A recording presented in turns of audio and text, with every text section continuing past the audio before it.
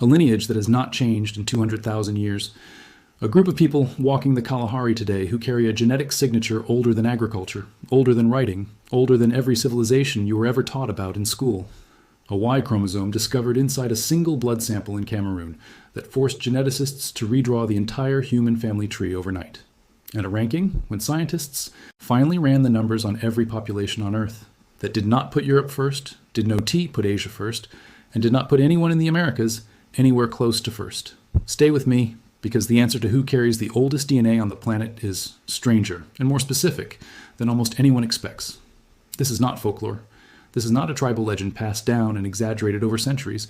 This comes from population genetics, from mitochondrial DNA, sequencing, from Y chromosome phylogenetics, published in journals like the American Journal of Human Genetics and Nature, conducted by researchers at institutions including the University of Arizona, Stanford University, and the Max Planck Institute for Evolutionary Anthropology. When geneticist Michael Hammer and his team went looking for the deepest root of the human Y chromosome tree, they were not chasing a myth. They were running cold, hard sequencing data. And what that data revealed did not match what most people assume about where old DNA should be found. Because here is what most people assume, and it is worth walking through each assumption honestly, because each one is a beautiful story, and each one is also, in a very specific and measurable way, wrong. The first assumption is Aboriginal Australia. It is one of the most common answers people give when you ask which population has the oldest DNA, and there's a real reason for that instinct. Aboriginal Australian communities maintain the longest continuously practiced cultures on Earth, with archaeological evidence placing human presence in Australia at roughly 65,000 years, based on excavations at sites like Majibebe in the Northern Territory. That is genuinely ancient, genuinely remarkable, and genuinely worth respecting on its own terms. But continuous culture is not the same measurement as genetic lineage depth. When researchers trace the actual branching points of the human genetic tree, Aboriginal Australian lineages, while old, split from the rest of non-African humanity at elsewhere. The culture is ancient. The specific genetic branch, when measured against the full tree, is not the deepest one. The second assumption is indigenous populations of the Americas, often framed as isolated for thousands of years, so their DNA must be the oldest and purest. It is an intuitive theory. Isolation should mean less mixing. Less mixing should mean an older, more preserved signal. But the math runs the other way.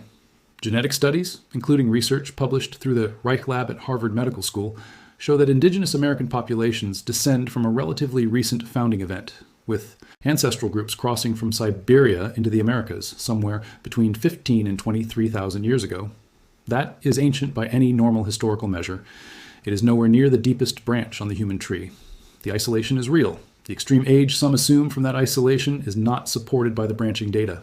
The third assumption is European purity narratives, the old, now scientifically abandoned idea that certain European populations represent some kind of ancestral, unchanged baseline of humanity. This one collapses the fastest under sequencing. Ancient DNA studies out of the Max Planck Institute, alongside work published in Nature by researchers like David Reich and Josef Lazaridis, have shown that modern European populations are themselves a genetic blend of at least 3 distinct ancestral groups that mix together within roughly the last 8,000 years. Anatolian farmers, Yamnaya steppe pastoralists, and earlier European hunter-gatherers.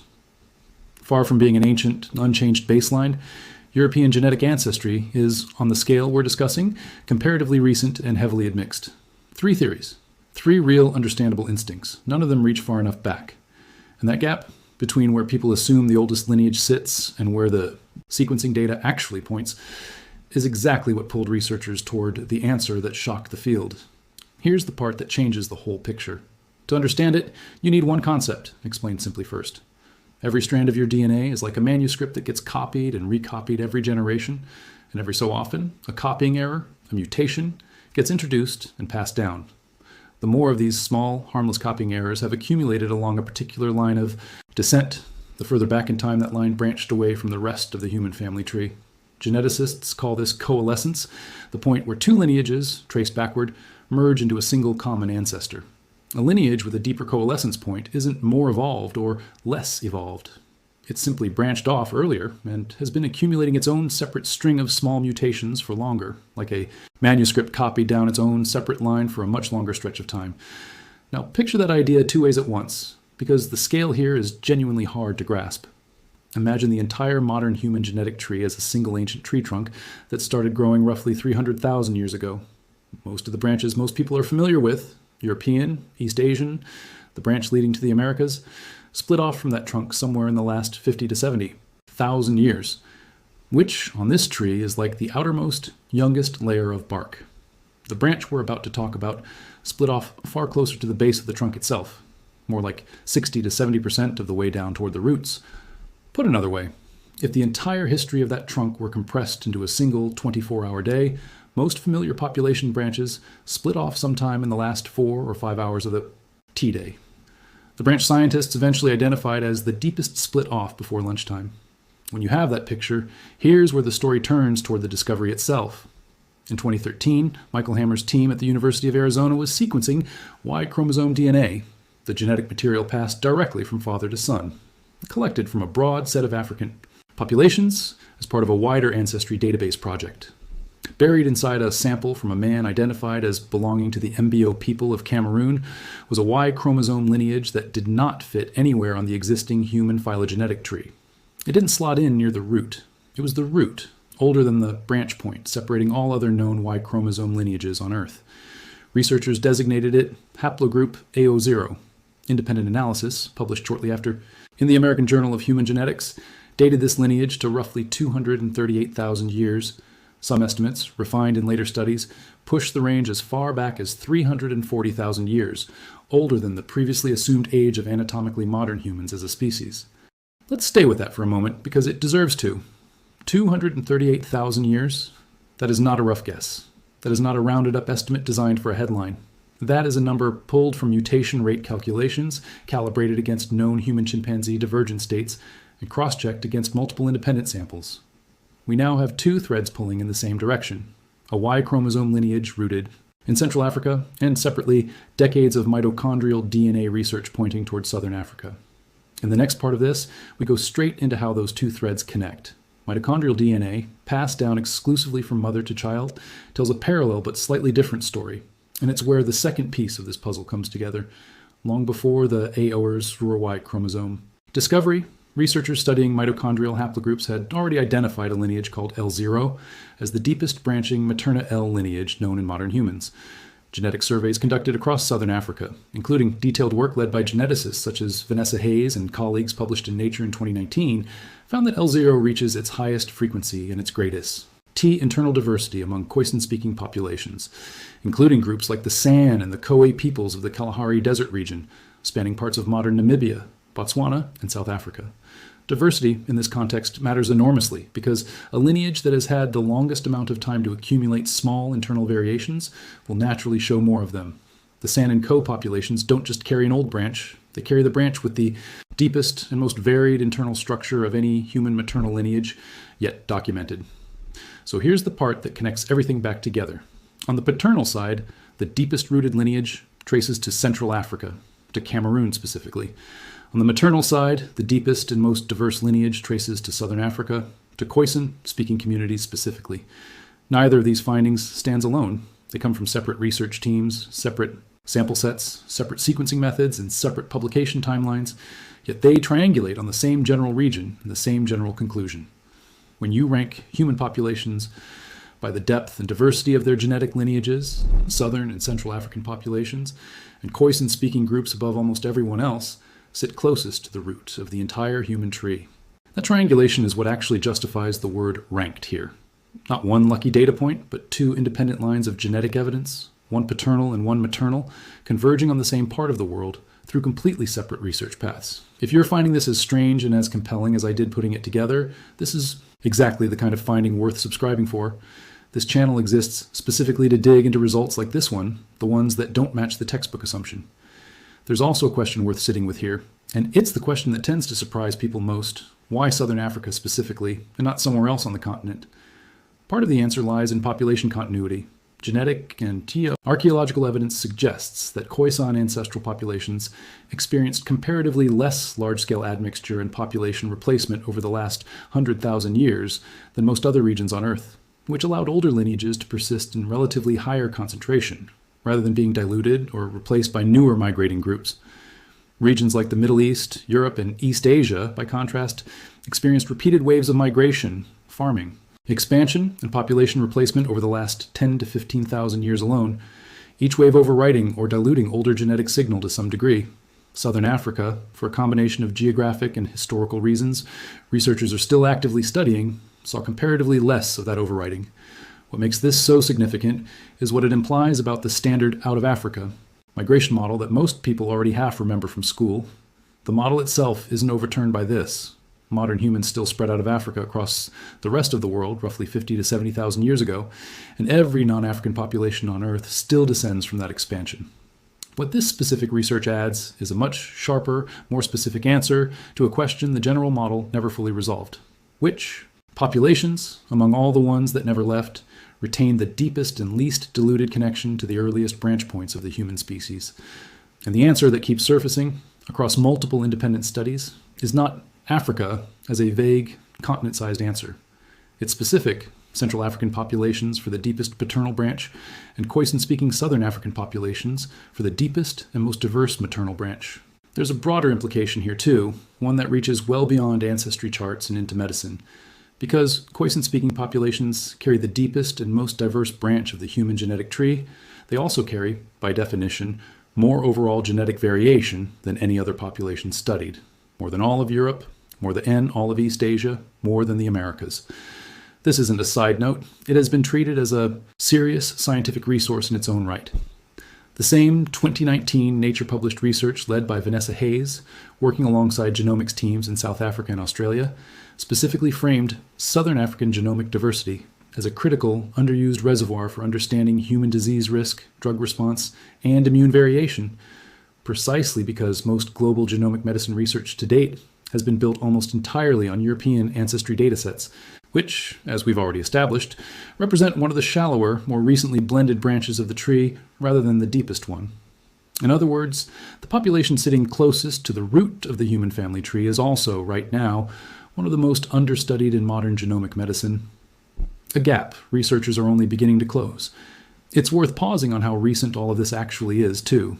Sequencing technology, capable of resolving these deep branch points at this level of precision, has really only existed for a little over a decade, before whole genome and targeted deep sequencing approaches became affordable and widespread in the 2010s.